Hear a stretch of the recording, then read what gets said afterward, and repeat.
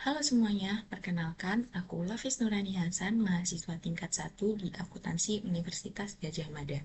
Kali ini aku ingin bercerita tentang perjalananku, tentang kehilangan, perjuangan, dan juga harapan yang mendorong aku untuk bisa sampai di titik saat ini. Dengan harapan, kisahku ini bisa menjadi motivasi dan juga inspirasi untuk kalian semua yang mungkin memiliki latar belakang yang sama dengan aku.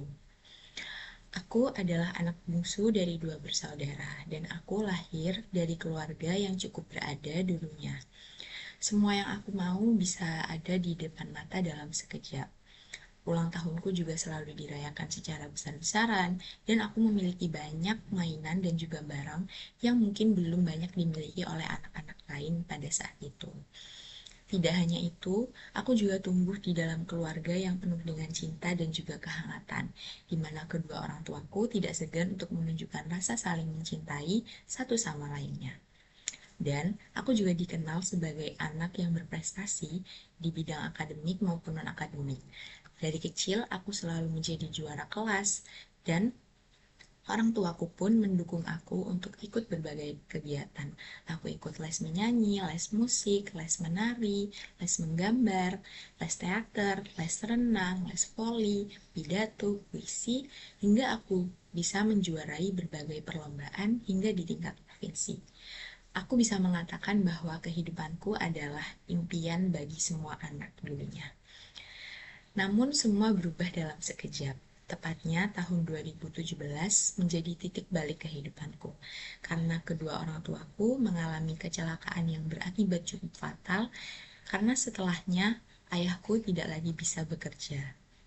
Setelah itu, keluargaku mengalami kebangkrutan dan kami terpaksa untuk menjual aset-aset yang kami miliki, termasuk kendaraan dan juga perabotan rumah seperti kulkas dan juga lemari untuk menutupi hutang-hutang kami. Setelah itu, kehidupanku tidak pernah sama lagi karena selain kehilangan kenyamanan dan juga harta, aku juga kehilangan tawa dan juga kehangatan di keluargaku yang sebelumnya aku miliki. Semenjak kebangkrutan kedua orang tuaku, mulai muncul banyak perselisihan, pertengkaran, dan juga konflik setiap harinya. Bahkan hal-hal sekecil makanan pun bisa menjadi sesuatu yang besar. Hari-hariku mulai dipenuhi dengan ungkapan kebencian, ujaran makian, dan juga tangisan. Dan aku melihat sendiri bagaimana kejatuhan orang tuaku, tidak hanya secara finansial, tapi juga secara emosional. Dari rumah yang sebelumnya penuh dengan kenyamanan dan tawa serta cinta, menjadi rumah yang penuh dengan kekhawatiran dan juga ketakutan. Dan di tahun yang sama, kakakku yang sudah berumah tangga dan memiliki anak mengalami permasalahan finansial yang serupa, di mana ia di PHK dan terpaksa pindah untuk ke rumahku. Kami tinggal bertuju dalam satu rumah sederhana tanpa tahu keesokan hari kita bisa makan atau tidak. Saat itu usiaku masih 12 tahun, aku kelas 6 SD dan hendak ujian nasional. Semenjak kebangkutan keluargaku, aku memutuskan untuk mandiri dan mengumpulkan pundi-pundi rupiah sendiri. Aku berjualan masker, tote bag, gelang, scrunchie, dan juga kerudung, serta stiker dan polaroid, dan menitipkan makanan di kantin demi bisa mencukupi kebutuhan sehari-hariku sendiri. Walau kecil, setidaknya bisa meringankan beban kedua orang tuaku karena aku berprinsip aku tidak ingin lagi membebani kedua orang tuaku yang saat itu sudah sulit keadaannya. Aku menabung sekuat tenaga supaya aku bisa membeli buku dan belajar untuk ujian akhir. Aku belajar dengan buku-buku bekas yang karena saat itu hanya itu yang mampu untuk aku beli, dan aku belajar di angkot walau harus berdesak-desakan dan penuh dengan orang bahkan hewan. Saat itu aku ingat ada ayam di pasar saat aku naik angkot dan aku belajar di tengah keramaian itu.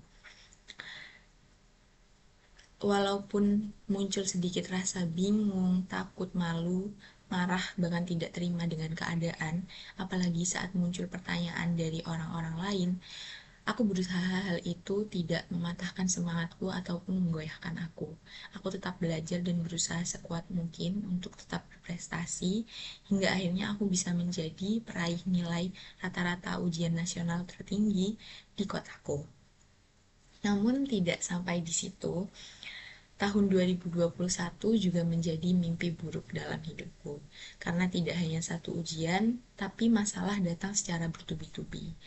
Di tengah perjuangan ekonomi itu, keluargaku dijebak oleh saudara kami sendiri, dan kami sempat terjerat kasus hukum. Saat itu, mamaku sangat terpukul, dan beliau akhirnya jatuh sakit. Beliau terbaring lemah selama 4 bulan, dan tidak bisa melakukan apa-apa selain terbaring lemah di kasur. Saat itu keluargaku benar-benar hancur, bahkan anggota keluarga yang sangat kami percaya mengkhianati kami dan juga meninggalkan kami. Aku yang masih remaja merasa itu adalah titik terendah dalam hidupku, karena tidak hanya keluarga yang hancur, perekonomian hancur, kepercayaanku dan juga stabilitasku juga hancur, dan bahkan saat itu aku beranggapan bahwa masa depanku juga ikut hancur. Kos yang menjadi pemasukan satu-satunya di keluargaku terpaksa ikut dijual karena kami tidak punya pilihan lain untuk bertahan.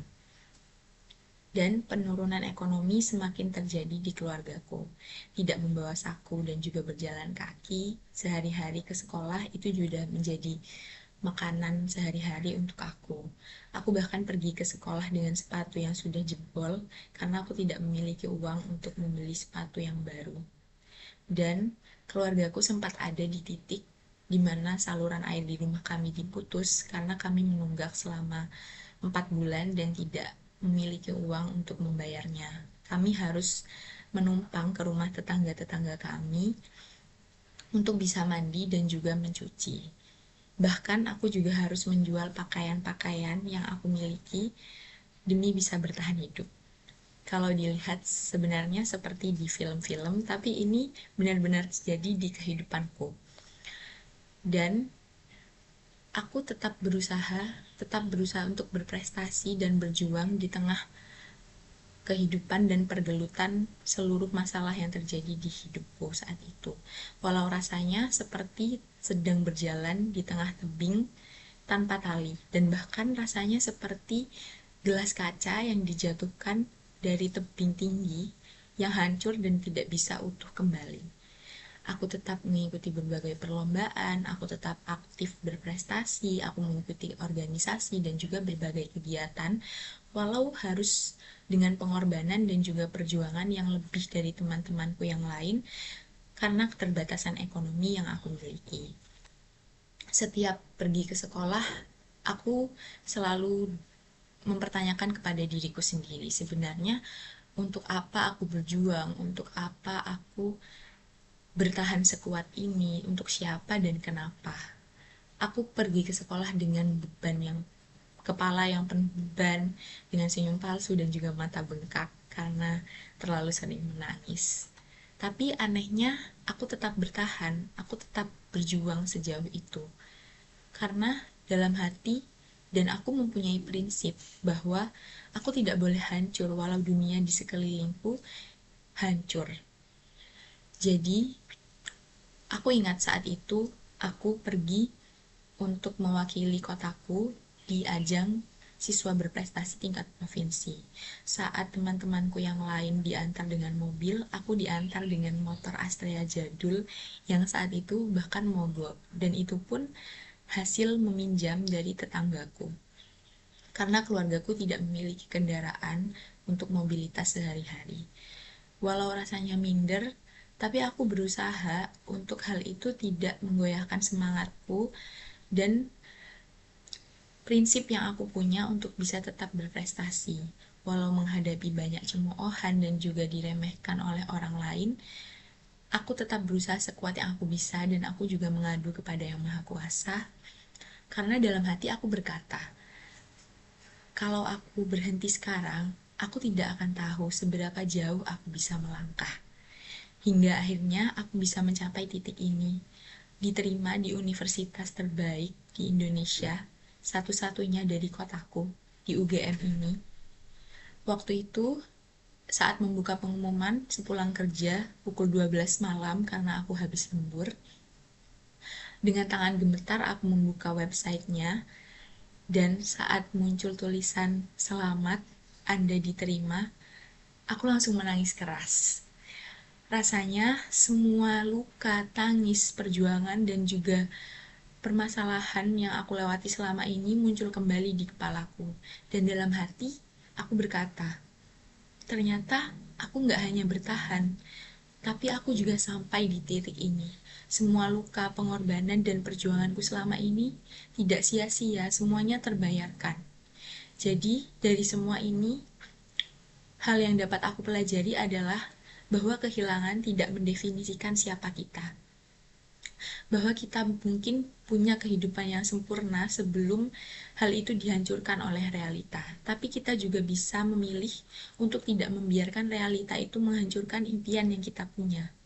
Dan kita mungkin tidak bisa menentukan masa lalu kita seperti apa. Dan kita tidak bisa mengubahnya. Tapi kita bisa selalu memilih untuk tidak membiarkan masa lalu itu menghancurkan masa depan kita dan mempengaruhi masa depan kita. Setiap langkahnya aku belajar bahwa harta yang paling berharga bukanlah apa yang kita punya, tapi siapa diri kita ketika kita tidak punya apa-apa lagi.